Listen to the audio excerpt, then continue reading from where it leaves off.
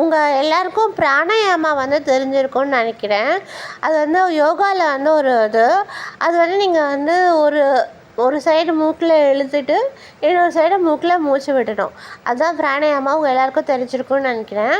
அப்படி அந்த மூக்கில் ஒரு சைடு இழுத்ததுக்கப்புறமா ஒரு ஒரு கொஞ்ச நேரத்துக்கு ஒரு செகண்ட், ஒரு 10 செகண்ட், அந்த மாதிரி ஒரு செகண்ட் அவங்களுடைய பாடி கண்டிஷனுக்கு ஏற்ற மாதிரி கொஞ்ச நேரம் ஒரு சைடில் மூக்கில் நல்லா ஏரை இழுத்துட்டு ரெண்டு மூக்கையும் க்ளோஸ் பண்ணி அவங்கவுங்க பாடி கண்டிஷனுக்கு ஏற்ற மாதிரி மூக்கில் வெளியில் மூச்சை விடாமல் இழுத்த மூச்சை நல்ல 2 மூக்கையும் மூடி ஒரு அவங்க பாடி கண்டிஷனுக்கு ஏற்ற மாதிரி உள்ளே வச்சிட்டு இருந்தீங்கன்னா அந்த மூச்சு மூளை வரைக்கும் போகும். சரிங்களா?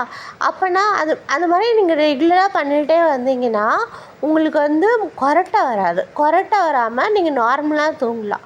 ஆக்சுவலாக ஒரு சைடு இழுக்கிறீங்க, அப்புறம் 2 மூக்கையும் அட் அ டைமில் க்ளோஸ் பண்ணிடணும்.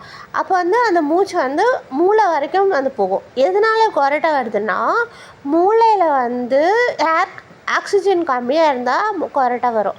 அப்போ நம்ம ஒரு மூக்கில் இழுத்துட்டு 2 மூக்கையும் இழுத்து அடுத்த செகண்ட் 2 மூக்கையும் இழுத்து மூடிடணும்.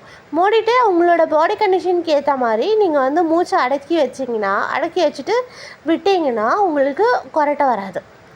இது என்னோடய யோகா மாஸ்டர் சொல்லி கொடுத்தது.